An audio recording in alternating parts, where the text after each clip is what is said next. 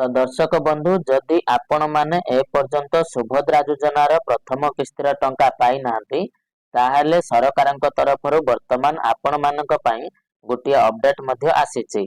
तेबे सेही अपडेट अनुसार वर्तमान आपण मानकु 25 तारिख रे सुभद्रा योजनार टंका जो मिलिबार थिला सेटा मध्ये मिलिबो नाही बोली आमर उपमुख्यमंत्री श्रीमती प्रभाती परिडा मध्ये कहिसंती। तेबे चलंतु ए वीडियो रे आमे जानिबा जे वर्तमान आपण मानकु जदि 25 तारिख रे सुभद्रा टंका मिलिबो नाही तबे परवर्ती समय रे केबे सुभद्रा टंका मिलिबो केउ मानकु मिलिबो एवं ए नै कि आउ सब कोन अपडेट मध्ये वर्तमान आसीची। तबे चलंतु वीडियो को शेष पर्यंत निहाती देखंतु एवं ता सहित वीडियो को गुटे लाइक करके चैनल को मध्ये सब्सक्राइब कर नियंतु। तो दर्शक बंधु वर्तमान आपण माने समस्त मध्ये जानिथिबे जे सुभद्रा योजना रे हमर आहुरी पाखा पाखी 20 रु 25 लाख महिला सुभद्रा योजनार टंका मध्ये पाई नांती एवं सेमाने अपेक्षा रे रहिचंती एवं ता सहित बहुत जण महिला हमर अछंती जे माने कि ए पर्यंत ई केवाईसी किबा सेमानकर कोनोसी फील्ड वेरिफिकेशन किबा आपण माने जानिथिबे जे हमर जो 18000 महिला ऑप्ट आउट रो ऑप्शन को भूल बसत सबमिट कर देथिले तो सेमानकर मध्ये कोनोसी समाधान ए पर्यंत आसी नै। तबे एथि मध्ये रे वर्तमान पुणी थरे आपण माननको सरकार आउ एक झटका देइचंती एवं सेही झटका अनुଯାयी बा सेही अपडेट अनुଯାयी 25 तारिख रे आपण माननको पूर्वर जो सुभद्रा टंका मिलिबो बोली सरकार घोषणा करथिले तो सेही 25 तारिख रे आउ आपनको सुभद्रा टंका मिलिबो नाही बोली सरकार वर्तमान आपण माननको सामने रे घोषणा मध्ये करिदेले। तबे चलंतु डिटेल्स रे आमे वर्तमान जानिबा जे कोन वर्तमान हमर उपमुख्यमंत्री श्रीमती प्रभाती परिडा आपण माननको कहिबाको चाहुचंती बा आपण माननको अपडेट देउचंती। तो देखंतु दर्शक बंधु सुभद्रा को नै आसला बड़ अपडेट एबे मिलिबनी सुभद्रा टंका वर्तमान प्रथम पर्यायर चतुर्थ किस्ती प्रदान को स्थगित रखा जायछि।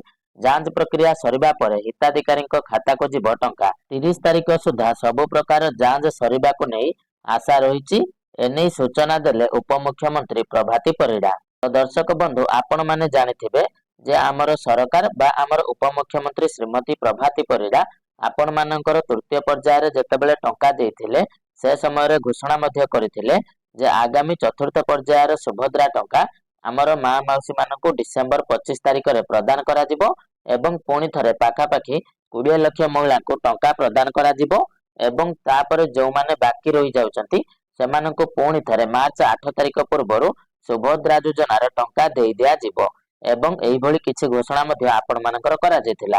किंतु वर्तमान समय आमर उपमुख्यमंत्री श्रीमती प्रभाती परिडा कहिसंती जे आपण मानकु जो डिसेंबर 25 तारिख रे प्रथम पर्यायर टंका दिया जबार थिला तो ताको वर्तमान स्थगित रखिचंती बा ताको वर्तमान दिया जिवो नाही बोली आमर उपमुख्यमंत्री घोषणा करिसंती। तबे वर्तमान आपणक मनरे प्रश्न आसुथिबो जे 25 तारिख रे सरकार काहे कि टंकाटी को देबे नाही। तो दर्शक बंधु वर्तमान आपण माने समस्त जानिथिबे जे वर्तमान बहुत जन महिलांकर सुभद्रा योजनार फॉर्म को कोनोसी कारणवशतः रिजेक्ट कर दिया जायतिला किंतु सेठारे महिला मानकर कोनोसी भी दोष नथिला किंतु सेथि पई सरकार सेमानकर फील्ड वेरिफिकेशन करूचंती। तो सेही फील्ड वेरिफिकेशन टिको वर्तमान आपण मानकर अंगनवाड़ी कर्मी आरआई एवं ब्लॉक अधिकारी माने घर घर को बुलिकी आपण मानकर फील्ड वेरिफिकेशन को कंप्लीट करूचंती एवं जे माने योग्य अछंती सेमाननको सुभद्रा योजना रे शामिल मध्ये करूचंती।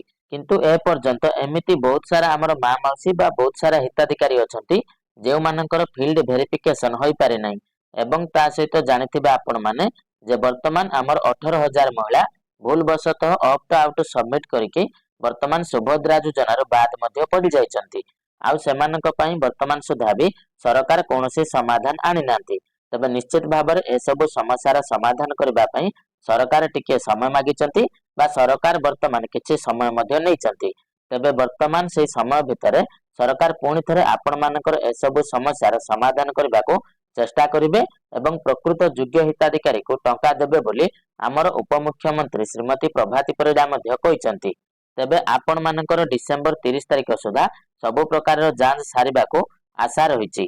आपण मानकर एही डिसेंबर मास सुधा जेमिति समस्तंकर जांच सरी जिवो बा सब समस्यार समाधान हे जिवो तो से नै कि वर्तमान आमर मंत्री आशा रखिचंती एवं तापर जेतेबेले जांच सरी जिवो आपण माननको सुभद्रा टंका मध्ये देई दिया जिवो। तो देखंतु सूचना अनुसार सुभद्रा योजना रे बाद पड़िथिबा हिताधिकारी आवेदन जांच प्रक्रिया ସରି ନଥିବା ପ୍ରଥମ ପର୍ଯ୍ୟାୟ ଚତୁର୍ଥ କିସ୍ତିକୁ ସ୍ଥଗିତ ରଖାଯାଇଛି।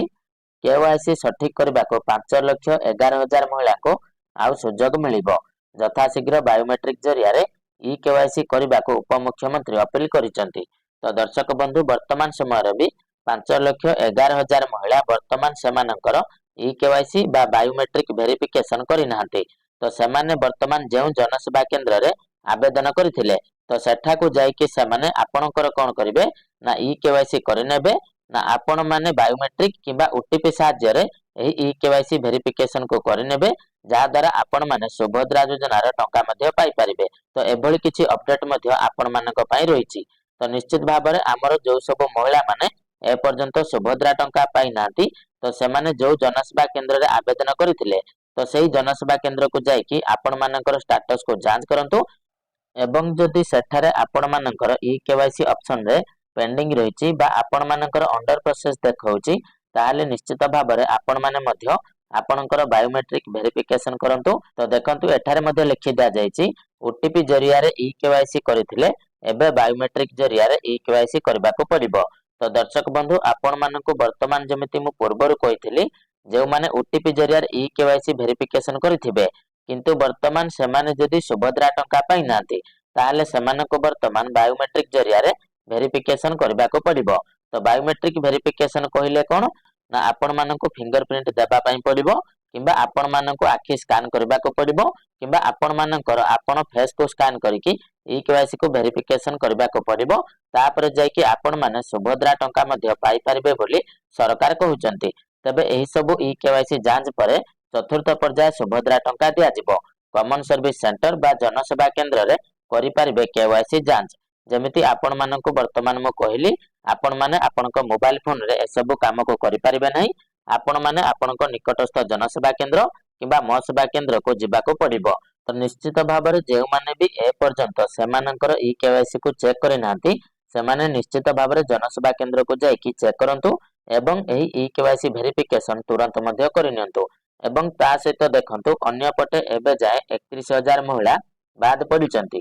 ସେମାନେ ଆଉ ଥରେ ମଧ୍ୟ ଅଭିଯୋଗ କରିପାରିବେ। ସେମାନଙ୍କ କଥାକୁ ବିଚାର କରାଯିବ। ପୋର୍ଟାଲ ଜରିଆରେ ଅଭିଯୋଗ କରିପାରିବେ ହିତାଧିକାରୀ। ବାତିଲ ହୋଇଥିବା 2,81,000 ଆବେଦନର 15% ଏବେ ବି ଜମି ସମସ୍ୟା ପାଇଁ ଅପେକ୍ଷାରେ ପଡିଛି। ସେମାନେ ବି ପୋର୍ଟାଲରେ ଆବେଦନ କରିବେ। ତ ଦର୍ଶକ ବନ୍ଧୁ, ବର୍ତ୍ତମାନ ସରକାର କହୁଛନ୍ତି ଯେ ଅନ୍ୟପଟେ ଏବେ ଯାଏ 31,000 ମହିଳା ବାଦ ପଡିଛନ୍ତି, ସେମାନଙ୍କୁ ଆଉ ଥରେ ମଧ୍ୟ ଅଭିଯୋଗ କରିବାକୁ ସରକାର କହୁଛନ୍ତି। ତେବେ ଏ ଜାଗାରେ ସରକାରଙ୍କୁ ମୋର ଗୋଟିଏ ପ୍ରଶ୍ନ ରହିବ ଯେ ଆପଣ ମାନେ କହୁଛନ୍ତି ସୁଭଦ୍ରା ଯୋଜନାର ଅଫିସିଆଲ ପୋର୍ଟାଲରେ ଯାଇକି ଅଭିଯୋଗ କରିବେ। ତ ଅଭିଯୋଗ କଲା ପରେ ଆପଣ ମାନଙ୍କର ଯଦି ମୁଁ କହିବି, ତ ଷ୍ଟାଟସ ଟି ପେଣ୍ଡିଂ ଦେଖାଉଛି କିନ୍ତୁ ମେସେଜ ଗୋଟିଏ ପଳେଇ ଆସୁଛି, କିନ୍ତୁ ଆପଣ ମାନଙ୍କର ବହୁତ ସମୟ ମଧ୍ୟ ଲାଗୁଛି। ଏଇଟା ମଧ୍ୟ ଆପଣ ମାନେ ସମସ୍ତେ ଜାଣିଛନ୍ତି ଯେଉଁମାନେ ଅଭିଯୋଗ କରିଥିବେ। ତ ନିହାତି ଭାବରେ ସରକାରଙ୍କୁ ମୁଁ ଏ ଜାଗାରେ କହିବି ଯେ ଆପଣ ମାନେ ଯୋଉ ଅଭିଯୋଗର ଅପସନ ଟି ଆଣିଛନ୍ତି, ତ ତାକୁ ସଠିକ ଭାବରେ ଯାଞ୍ଚ କରନ୍ତୁ ଏବଂ ଯେଉଁମାନେ ବି ଅଭିଯୋଗ କରୁଛନ୍ତି, ତ ସେମାନଙ୍କର ସମସ୍ୟାର ସମାଧାନକୁ ଖୁବ ଶୀଘ୍ର କରାଯାଉ, ଯେମିତି କି ସେଥିପାଇଁ ଅଧିକ ଟାଇମ ନ ଲାଗୁ। ଏଇଟା ମଧ୍ୟ ମୁଁ ଆମର ସରକାରଙ୍କୁ ବର୍ତ୍ତମାନ ଅନୁରୋଧ କରୁଛି। ତ ନିଶ୍ଚିତ ଭାବରେ ଯାହାର ବି ଯାହା କିଛି ସମସ୍ୟା ରହିଛି, ସେମାନେ ସୁଭଦ୍ରା ପୋର୍ଟାଲରେ ଯାଇକି ଅଭିଯୋଗ କରିପାରିବେ। ତ କେମିତି ଅଭିଯୋଗ କରିବେ ସେ ନେଇକି ଆମ ଚ୍ୟାନେଲରେ ମଧ୍ୟ ଭିଡିଓ ଅପଲୋଡ ଅଛି, ଆପଣ ମାନେ ଦେଖିପାରିବେ। ତ ଅଭିଯୋଗ କଲା ପରେ ଆପଣ ମାନଙ୍କର ବିଚାର କରାଯିବ ଏବଂ ଯଦି ଆପଣ ମାନେ ପ୍ରକୃତରେ ଯୋଗ୍ୟ ହେଇଥିବେ, ଆପଣ ମାନଙ୍କୁ ସୁଭଦ୍ରା ଟଙ୍କା ମଧ୍ୟ ଦେଇ ଦିଆଯିବ। ଏବଂ ତା ସହିତ ଦେଖନ୍ତୁ, ଆମର ଯୋଉ 2,81,000 ମହିଳାଙ୍କର ଫର୍ମକୁ ରିଜେକ୍ଟ କରାଯାଇଥିଲା, ତ ବର୍ତ୍ତମାନ ସେମାନଙ୍କର ଫିଲ୍ଡ ଭେରିଫିକେସନ କରାଯାଇଛି ଏବଂ ସେମାନଙ୍କ ଭିତରେ ଯେଉଁମାନେ ବି ଯୋଗ୍ୟ ଅଛନ୍ତି, ସେମାନଙ୍କୁ ସୁଭଦ୍ରା ଯୋଜନାରେ ସାମିଲ କରାଯାଇଛି। ଏବଂ ଏପଟେ ବର୍ତ୍ତମାନ ସୁଦ୍ଧା ବି ଆହୁରି 15% ଜମି ସମସ୍ୟା ପାଇଁ ଅପେକ୍ଷାରେ ପଡିଛି। ମାନେ ବର୍ତ୍ତମାନ ସୁଦ୍ଧା ବି ଏହି 2,81,000 ମହିଳାଙ୍କ ଭିତରୁ 15% ମହିଳା ବର୍ତ୍ତମାନ ସୁଦ୍ଧା ବି ଫିଲ୍ଡ ଭେରିଫିକେସନ କରିନାହାନ୍ତି ବା ସେମାନଙ୍କର ଜମି ସମସ୍ୟା ଯୋଗୁଁ ସେମାନେ ଏପର୍ଯ୍ୟନ୍ତ ବି ସୁଭଦ୍ରା ଯୋଜନାରେ ସାମିଲ ମଧ୍ୟ ହେଇପାରୁନାହାନ୍ତି। ଏବଂ ହଁ ଦର୍ଶକ ବନ୍ଧୁ, ଆପଣ ମାନଙ୍କ ମନରେ ଗୋଟିଏ ପ୍ରଶ୍ନ ଆସୁଥିବ ଯେ ବର୍ତ୍ତମାନ ନେକ୍ସଟ ଟାଇମ ଆମକୁ କେବେ ସୁଭଦ୍ରା ଟଙ୍କା ମିଳିବ। ତ ଦେଖନ୍ତୁ, ସେ ନେଇକି ତ ଏପର୍ଯ୍ୟନ୍ତ କୌଣସି ଅପଡେଟ ଆସିନାହିଁ। ଯେତେବେଳେ ଅପଡେଟ ଆସିବ ସେତେବେଳେ ଆମେ ମଧ୍ୟ ଆପଣ ମାନଙ୍କୁ ଭିଡିଓ ମାଧ୍ୟମରେ ଜଣେଇଦେବୁ। ତେବେ ଦର୍ଶକ ବନ୍ଧୁ, ଚାଲନ୍ତୁ ଆଜିର ଭିଡିଓରେ ଏତିକି। ଆପଣ ମାନଙ୍କ ସହିତ ପୁଣି ଦେଖାହବ ଆଉ ଗୋଟିଏ ନୂଆ ଭିଡିଓରେ। ତ ସେତେ ପର୍ଯ୍ୟନ୍ତ ଆପଣ ମାନେ ମତେ ବିଦାୟ ଦିଅନ୍ତୁ। ରହୁଛି। ଜୟ ଜଗନ୍ନାଥ।